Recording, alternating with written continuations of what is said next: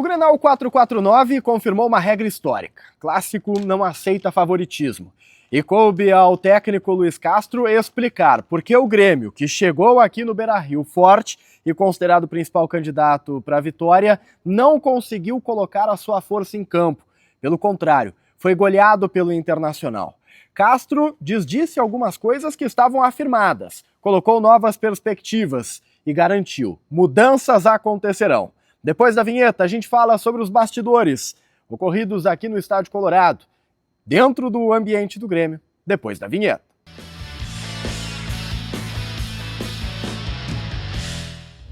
Salve, galera! Tudo certo com vocês? Chegando aqui numa dupla para destacarmos o Grêmio. Eu sou o Matheus Dávila e nós vamos juntos para falarmos sobre as últimas horas. É o Diário do Grêmio KTO. Deixa o like, compartilha o vídeo, te inscreve no canal, ativa as notificações e vem fazer parte da dupla.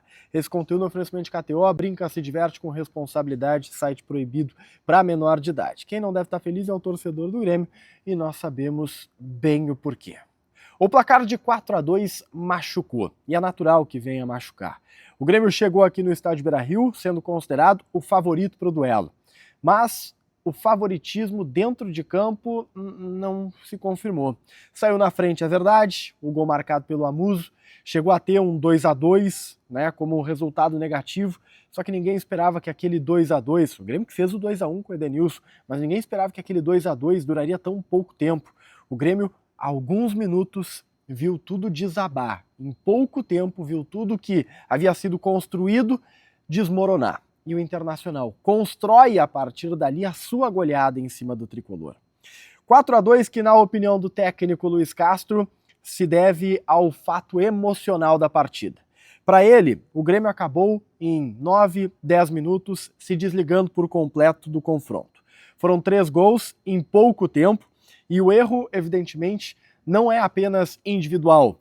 O Luiz Castro ele evitou entrar no campo da falha do Everton, do erro da zaga, da atuação do Marcos Rocha. Ele rechaçou e até ficou incomodado com as perguntas que iam por esse caminho. Ele falou muito em saúde mental, no sentido de os jogadores se desgastaram, acabaram tendo um jogo coletivo fraco, não apresentaram aquilo que nos treinamentos é cobrado e, principalmente, desmoronaram animicamente dentro de campo. Com o resultado adverso, o 3-2, o Grêmio se sentiu pressionado e abriu as portas para que o 4º gol do Inter fosse construído. O treinador reconhece o impacto negativo que esse resultado causa no ambiente do Grêmio, e é natural que venha a ocasionar isso, né? Mas ele deixa claro também que a temporada não acaba aqui no Estádio Beira-Rio no dia 25 de janeiro, que o Grêmio tem muita coisa para viver ao longo do ano e que tem também muito a corrigir. Ajustes serão feitos. Isso ficou claro no vestiário do Grêmio, tá? A confiança da equipe precisa ser preservada e a resposta imediata, até porque o torcedor sentiu o baque de uma goleada em Grenal. Antônio Dutra Júnior foi a pessoa que representou o clube. Afinal de contas, o presidente Odorico está tirando uns dias de férias. E Antônio Dutra Júnior falou que só coloca favoritismo em Grenal quem não conhece o clássico. Diminuiu um pouco do valor do Grenal no seu discurso. Aliás, Luiz Castro também diminuiu o peso do Grenal. Chegou a afirmar que o Grêmio deveria estar em pré-temporada e que por isso não dá para se cobrar, né, níveis de atuação muito altos, aquela história toda.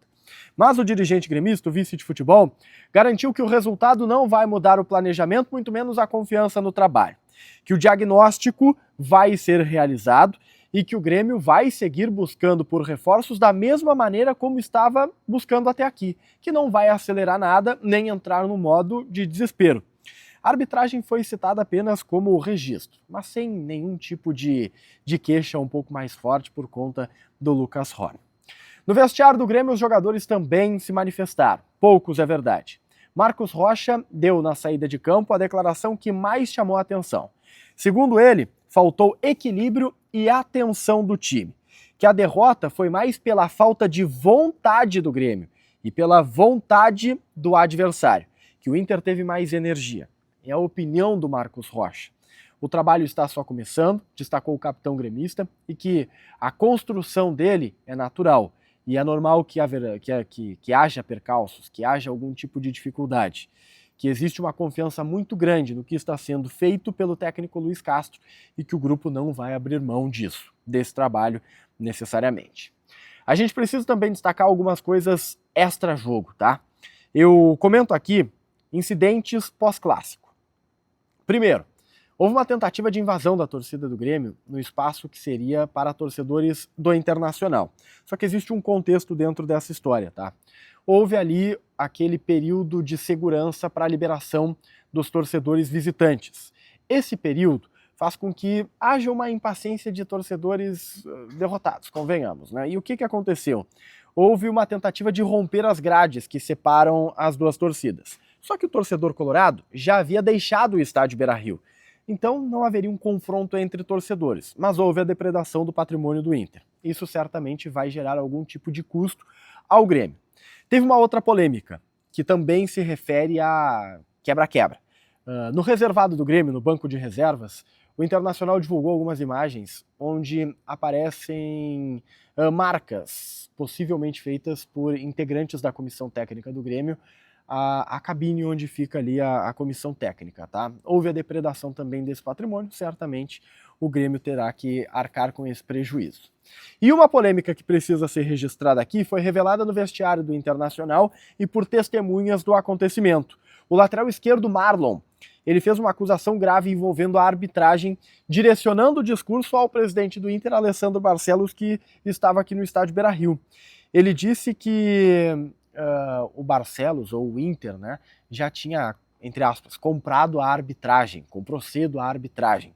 Isso gera um desconforto, né, levanta uma suspeita, mas enfim, é o jogador falando de cabeça quente depois da partida. Isso não representa, é importante dizer, a posição oficial do Grêmio, é o que o jogador está dizendo ali, mas fica, né, aquele clima, aquele mal-estar, porque o Marlon tirou da onde isso, né? Será que já teve essa conversa no vestiário? Essa é a opinião que circula dentro do CT Luiz Carvalho. O Grêmio está reclamando da arbitragem apenas por meio do Marlon, porque, volto a dizer, a arbitragem não foi o foco da entrevista, nem do vice de futebol, muito menos do treinador. Enfim, a partir de agora é virada de chave, o Grêmio tem um desafio importante no meio da semana, a abertura do Campeonato Brasileiro contra o Fluminense, jogo marcado para 7h30 da noite lá no Maracanã.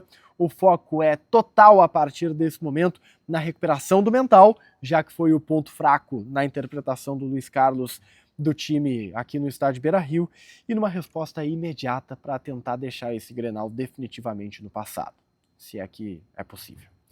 Deixa o like, compartilha o vídeo, te inscreve no canal, ativa as notificações, a gente se vê. Tchau, tchau.